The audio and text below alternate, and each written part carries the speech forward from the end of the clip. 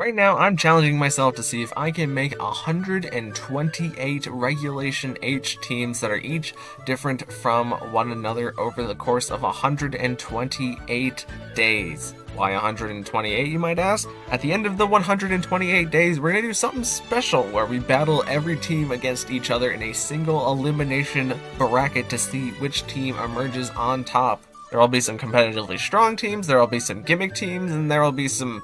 probably a good number of goofs and gaffs in there, so if you want to follow through to the end, subscribe so that you can keep up with each day. But without further ado, let's move on to day 71. Alright everybody, welcome back to another video, and in today's video we are going to be going over a team that I built based on 7-star Tera Raid Pokemon. Now, if you need a quick refresher on what a 7-star Tera Raid is that every once in a while in Pokemon Scarlet and Violet you get a super hard raid boss, which is a 7-star Tera Raid boss, and mostly it's been starters, but there has been like a Mewtwo and a Pikachu and an Eevee and a Dragonite, as you see here, as 7-star Raid Pokemon. So I figured that I would pick 6 of the 7-star Tera Raid Pokemon and use their movesets and see how they play into a competitive double battles team. And that was my first mistake, is that none of these 7 Tera Raid Pokemon really have defensive tools at all. Like, I had to even change some of their movesets to even, like, kind of get them to work.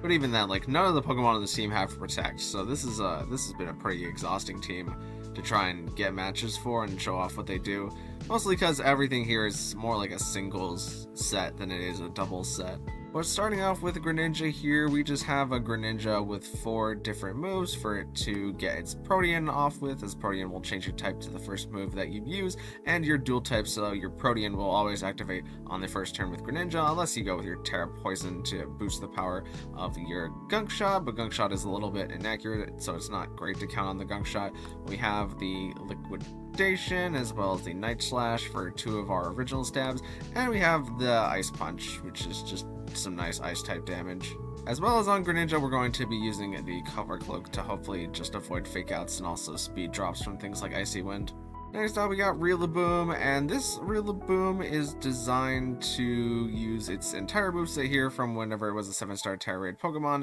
as we do get the Grassy Surge thankfully, because all of the 7-star Tera Raid Pokemon pretty much had their hidden abilities, except for like Dondozo, I think. But with Rillaboom, we get to set up the Grassy Surge, which means that we will be healing all of our grounded Pokemon, which is everything except for Dragonite, because Dragonite has to go Terra Normal in order to be on the ground. But since we have the Drum Beating, Body Slam, and Low Kick as some pretty good moves, the Acrobatics is going to be some surprising flying type damage coming from Rillaboom, and in order to get off our Acrobatics at full power, we're going to be running the Grassy Seed on Rillaboom, which can make it a little bit more defense tanky and more beneficial in some scenarios, and we're Terra Normal, of course, just to boost the power of our Body Slam, but that was also the original Terra that Rillaboom is. All of these guys have their original Terras, it's just some of them are more beneficial than others. Next up we got Typhlosion, and this Typhlosion was mostly based around burning the opposing Pokemon, so you got the Will-O-Wisp, and then you have the Infernal Parade, which will double in power like Hex, but it also has a 30% chance to burn the target, so you could just try spamming out Infernal Parade like it's Scald or something like that on Switch-ins, and if you get the burn, then you get to do double damage to the target in the next turn. And we also just have Flamethrower for a fire type damage, and we have Focus Blast for perhaps a bit of surprising fighting type damage, but that is another inaccurate move, and there's a good number of those on this team, so, you know, you gotta be careful with your inaccurate moves. As well as we only have Frisk on Typhlosion because the 7-star Tera Raid Typhlosion was Frisk, and there is a usage case for Frisk in the fact that there are Zoroarks in the format, which means that if it's open team sheet, you can use Frisk to determine whether or not Hisuian Zoroark is on the field. But I would much rather be Blaze, but Blaze isn't too important. Like, we are Focus Sash and Flamethrower, but we really want to be using Typhlosion as a more of a support for Will-O-Wisp burning the opponent and then getting off the Infernal Parade. So it's not like the biggest deal that we're not Blaze, it's just Blaze is still really the better ability. It's just that Frisk has this one usage case and we're kind of required to use Frisk here. Next up we got Emboar, and I love Emboar. Emboar is one of my 2 favorite Pokemon, as the other one is Galvantula. I love them both equally as my favorites. And my man's Emboar is, of course, more of a singles-oriented Pokemon, as what Emboar really likes to do is to lead and then be a sacrifice mon, where it takes like 1 or 2 KOs or 1.5 KO, and then the Pokemon that comes in behind Emboar gets to start getting set up on the Pokemon that's currently pretty weak with like Fiery Dance or something like that. Is just a move that comes to mind that you can use to damage a Pokemon in order to knock it out and then maybe start sweeping your opponent in singles. But we're going to be choice scarfing Emboar so that we are hopefully outspeeding all of the opposing Pokemon that we need to outspeed, and then hitting them with really hard attacks because of our Reckless ability, which will power up moves that have recoil by 1.2, which is all of our moves except for Drain Punch basically, as Flare Blitz is a recoil move, which is also stab. Drain Punch is a way for us to do good fighting type damage, but also get our health back. And Wild Charge, of course, goes with our Tera Electric, but it's also nice for getting rid of water types and flying types that might be threatening Emboar as a bit of surprise damage. And we have the Head Smash, which is yet another inaccurate move that it misses a lot. It misses a lot. It misses like 50% of the time, I would say, that Head Smash. But it's a 150 base power move, so it's kind of hard to pass up whenever it's also getting boosted by your ability. Next up, we got Dragonite, one of the non-starters that I mentioned before for 7 Star Tera Raids, and this Dragonite is based pretty much on getting the Dragon Dance up, as I decided to go for the multi-scale instead of the inner focus, so it will be easier for us to get off Dragon Dances, and we're using the Clear Amulet just so we can keep our attack boost from our Dragon Dances and not get intimidated by the opponents since we are multi-scale. And then we just have 2 good moves in the Extreme Speed, and instead of Earthquake, I decided to put on Stomping Tantrum, since nothing in the Tera Raids would have been immune to the Earthquake, because nothing, like, for starters, has Protect, but also we would have to be using Tera Flying to dodge the Earthquake, and we are also using Rillaboom instead of Grassy Terrain, so we would be weakening our own Earthquake with Dragonite, and I just really didn't want to deal with that, so we're using Stomping Tantrum. And we also have our only stab damage in the form of Scale Shot, which I would rather have Outrage in this slot, but I decided to go with Scale Shot just to keep true to the original. But Scale Shot is also kind of nice for getting the occasional Focus Sash, but it is another inaccurate move.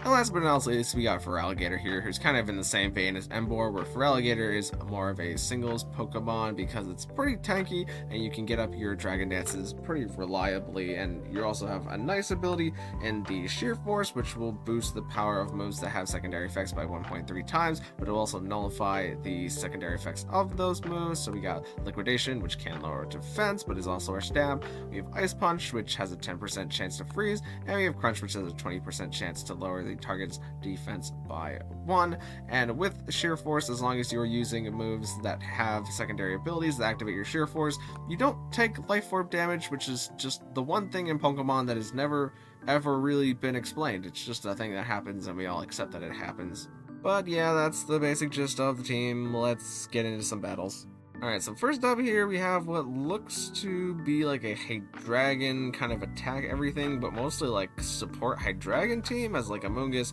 Murkrow, and Indeedee don't exert a lot of offensive pressure, and Ninetales can set the snow to mess with weather, and then also get the Aurora Veil for the Primarina and the Hydreigon. So we lead Greninja and Typhlosion here, hoping to catch maybe a Ninetales, but they lead Murkrow and Hydreigon, which is pretty fine. Like, they're probably going to Tailwind, but they flat out attack into Typhlosion, but Typhlosion's Focus Sash, so it doesn't matter for Typhlosion, and we get the Ice Punch into Hydreigon to deal good damage into it. And we whiff that Focus Blast, because of course we do, as Typhlosion gets taken out by the Earth Power, and Murkrow tries to go for the Icy Wind, but Greninja's Cover Cloak, so it doesn't get speed drops, so we get to at least Ice Punch Hydreigon, which was their main threat. But now they get to bring in Ninetales, as we bring in Feraligatr, and they set up their Aurora Veil, and they go for the Icy Wind. Again with Murkrow, only lowering Feraligatr's speed, and Ice Punch thankfully at least 2-KOs the Murkrow through the Aurora Veil, as we go for a Dragon Dance with Feraligatr to gain an attack boost, but also to negate the speed drop. And the Ninetales reveals Freeze Dry, but it Freeze Dry into Greninja, who is currently an Ice type, so perhaps they didn't see the protein there, as we get another Dragon Dance off with Feraligatr, as Feraligatr could probably take the Freeze Dry. And they decided to swap Primarina out for Murkrow here, but I doubled that slot because I really... If Gunk Shot missed the Primarina, then we can at least get some Liquidation damage into it. And as we'll see here, the Gunk Shot plus Liquidation combo is enough to get Primarina knocked out. So we doubled the slot again, and that's going to take them out. And now it's just Ninetales versus the world as we continue to Gunk Shot with the Greninja, who now gets taken out this turn by the Dazzling Gleam, but we get one more D-Dance with the Feraligatr, as Emboar was our last Pokemon, and Emboar can just click Flare Blitz into the Ninetales since we have a Choice Scarf on the Emboar, and even though the Ninetales is tearing out of its weakness to fire, Emboar was just a super safe cleanup there as long as we got rid of Primarina. Here we have a Darkspun team, as they have like the Hisuian Typhlosion for their side Lava Plume, but the Torkoal can also set up Sun for the Hisuian Typhlosion, and the Baxcalibur is probably Thermal Exchange, which means that they can just work their way around our Pokemon. So they decide to lead Darkspun and Torkoal, which I was not expecting. I thought they would at least lead Hisuian Typhlosion, but they set their Sun with Torkoal, and we head smash into Torkoal to take it all the way down to 4% health, and we Gunk Shot into Darkspun, and we land it, so we get another super effective hit there, but it also lives on 4% health, and we resist the Body Press as they go for the side of Will-O-Wisp into Darkspun in order to proc Darkspun's ability, and Darkspun protects on this turn, and I didn't want either of our moves that we have missing the Darkspun, as I wasn't entirely sure if the Ice Punch would be able to KO Darkspun with the defense boost, and I didn't want to use a move that could miss. But they make a pretty good play, which is to protect Darkspun to get some of their leftovers, and then just use Torkoal to attack the Pokemon that is no longer resistant to Fire-type moves, so yeah, they bring in Baxcalibur here, though, and they protect with their Torkoal, and we tried head-smashing Torkoal, but it protected, and we get an Infernal Parade into Baxcalibur, but Baxcalibur can't be burned, so we're never going to get the double damage into Baxcalibur as they Helping Hand their Baxcalibur and Terra Flying, but Head Smash just ignores the Terra Flying there, as they're super effective, weak to it both times, and Infernal Parade is just going to pick off Torkoal as they reveal Glimmora as their last Pokemon, and Darkspun's on the field, and Darkspun gets to dodge the Head Smash, and I try to Will-O-Wisping Glimmora so that we can do more Infernal Parade damage to it, but now we have to bring in Rillaboom here, who is max speed, which is something I did not note during the team preview, as I decided to make Rillaboom max speed to try and get a little bit more speed control on this team, since we're using the drum beating, which lowers the opponent's speed. But if it's max speed Glimmora, that means that it outspeeds Rillaboom by exactly 1 speed point, which is a little irksome. Not as irksome as missing a Head Smash into a Pokemon that was on like 10% health, but still pretty irksome. But we turn normal here because I don't want Glimmora to just be Sludge Bombing into us, and we miss our Will-O-Wisp, which is great, and Earth Power goes out into Typhlosion, and Darkspun gets the Protect so it doesn't get taken out by the Drum Beating, and we do see that they are max speed Glimmora in fact, so I just go for the Infernal Parade here to do some damage, and now we get the burn turn on Glimmora, as the Glimmora is going to take out our Hisuian Typhlosion, but we get to take out their Darkspun, and Glimmora is going to Spiky Shield here, but we're Drum Beating instead of Wood Hammer, which is, I guess, a benefit here, as we're not doing damage to ourselves because of the Spiky Shield. And the opponent decides to go for the Immortal Spin, but we are just going to be able to Drum Beating into Glimmora in order to finish off the KO there. This is kind of a side thought, but I just realized that this team is like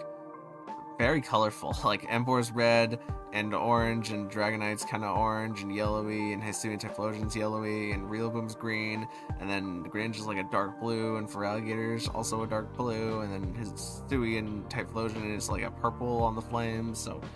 we have like the entire rainbow here. But enough of my tired 10 p.m. thoughts going on here while I'm trying to review Pokemon games.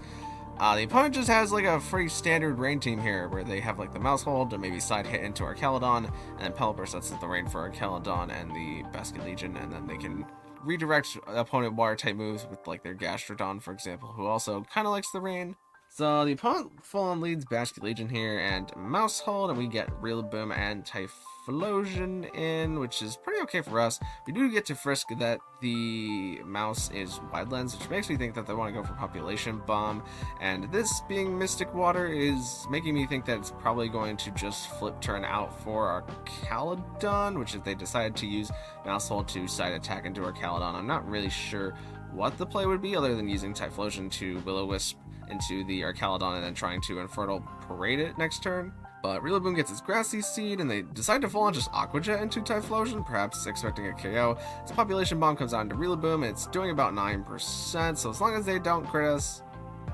and they crit us, but Rillaboom is actually able to live the hits, even though it was all 10 hits, and they did in fact get the crit. Rillaboom lives on 1%, so the Grassy Seed absolutely 1000% came in clutch there.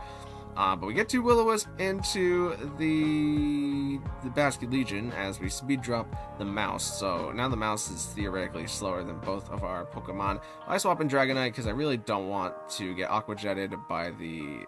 Basket Legion, and we just drum beating the mouse away, so now we don't have to worry about them side population bombing into the Archelodon. And here comes Archelodon, and immediately Terra Grasses as we Terra Normal our Dragonite here, mostly because I wanted to be on the terrain, but I also thought a Dragon type move might come out into Dragonite, so we get up a Dragon Dance here as Rillaboom gets some more grassy terrain coverage. As now we've pretty much baited out the Terra, so we just extreme speed to get good damage into the Archelodon as they Aqua Jet into Dragonite, and Drum Beating is going to be able to take out the Basket Legion as they body press into Dragonite now that we're a normal type. But that's not the worst thing in the world since we still have Hisuian Typhlosion in the back. But now they bring in Pelipper, and Pelipper of course is going to set the rain, and we do find out that it is Focus Sash, so I try Infernal Parading into it and then Drum Beating into it in order to just get rid of Pelipper, because I really didn't want them Tailwinding, but it also just negates them being able to take out both of my Pokemon this turn. They decide to take out Rillaboom, perfectly understandable. We go for the Infernal Parade into the Archelodon, don't get a burn there, but they do go for the Snarl, which actually kind of saves us here as we get the Ice Punch with the Feraligatr, which doesn't take it out, but the next Infernal Parade is able to take out the Archelodon. So maybe a little bit of a misplay there by not just going for Flamethrower, because I think 2 Flamethrowers would have looked like it would have KO'd based on the damage that the Infernal Parade was doing. Also hard to say with our HP investment on Feraligatr if one Electro Shot would have taken out Feraligatr, so yeah, that one's a little bit up in the air maybe. Here we have a mostly team that seems like it wants to get up Trick Room, as they have the Bronzong and the Sinistcha, but they don't really have like Trick Room pieces. Like Goldengo and Garchomp are definitely faster pieces, or want to be faster pieces, and Incineroar is just a support for faster pieces.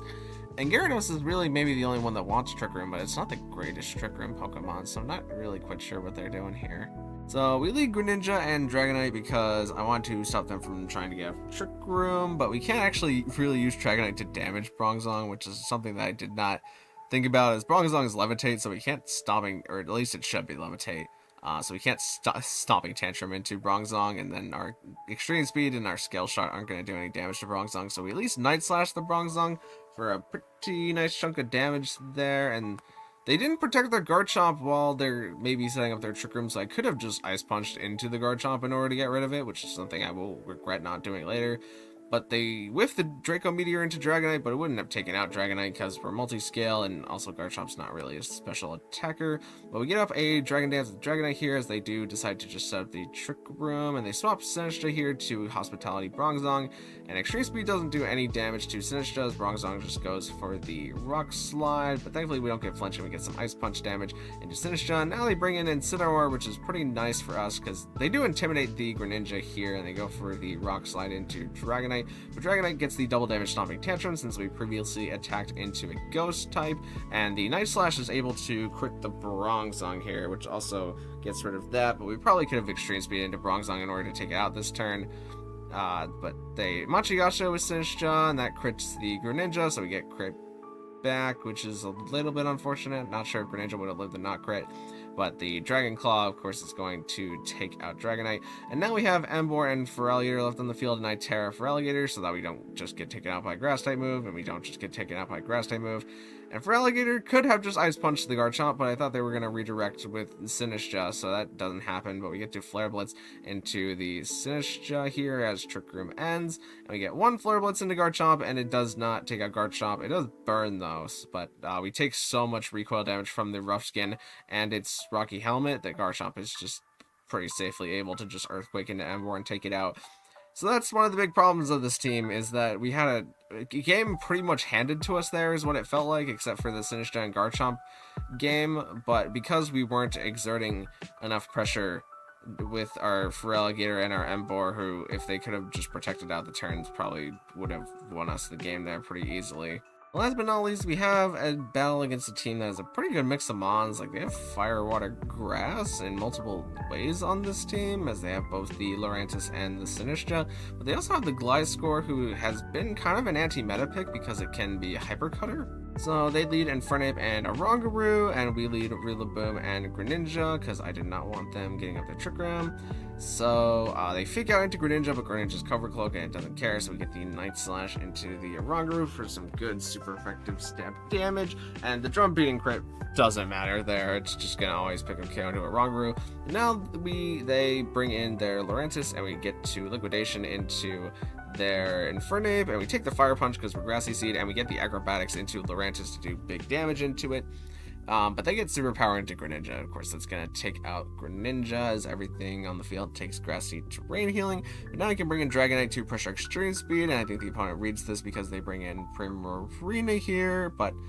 there's not really a play that they can use to recover from this, as Infernape is just going to go down to the Extreme Speed. And they do try to Terra Steel their Primarina to get out of the Rillaboom, as we just Scale Shot into the Lurantis in order to take it out, which does lower our defense, but we're multi-scale and there's a special attacker left, so we can definitely take this last attack from the Primarina. And now we just use our two super effective moves in Stomping Tantrum and Low Kick, but the Stomping Tantrum from Dragonite is enough to take out the Primarina. So yeah, that was the 7-star Tera Raid Pokemon team, and this team probably is the team out of all 128 teams that is going to have the most, like, just beat the champion kind of energy to it, since it's basically all just Pokemon that have different attacks, and then you just use full restores to heal them up whenever you're in the champion fight. But in terms of using these Pokemon for competitive double battles, they just ain't cutting it too good. But I don't know, maybe there's one team on the 128 teams that this team absolutely just like checks for whatever reason, and they might move up one in the bracket somehow. But thank you guys so much for watching. If you liked it, maybe consider leaving a like on the video, and even consider subscribing, because both of those things would help me out an absolute ton. And I will see you in the next one. Thank you.